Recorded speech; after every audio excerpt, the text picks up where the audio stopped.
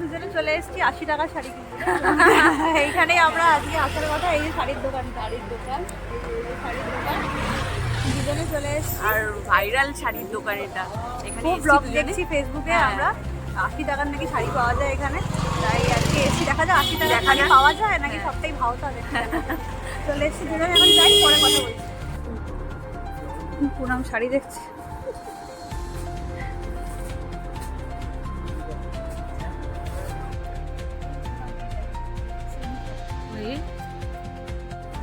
আমি সাদার মধ্যে খাদি নেবো ভাবছিলাম, এটা ভাল লাগছে আমার। ভালো লাগছে না পুরো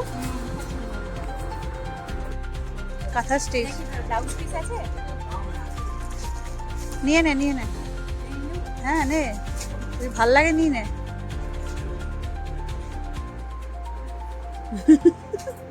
ফাইনাল হলো পয়লা বৈশাখ। আরেকটা কি নিয়েছিস দেখা? এই তো একটা পিঙ্ক।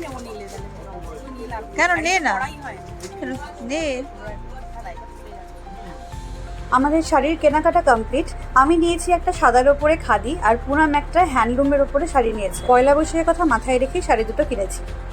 শাড়ি কেনার পরে আমরা কিনেছি বেডশিট। আমি একটা পুনাম একটা দুজনের একটা বেডশিট কিনেছি, তার সাথে ম্যাচিং করে পিলো কভার সব কিনেছি।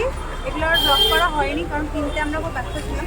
এখন বাড়ির দিকে যাচ্ছি, যেতে যেতে দেখলাম এখানে বেশ ভালো সোডা ওয়াটার বা এগুলো পাওয়া যাচ্ছে। আর চপের দোকান, পুনাম বললো এটা নাকি ফেমাস চপের দোকান, বাঘালি দোকান।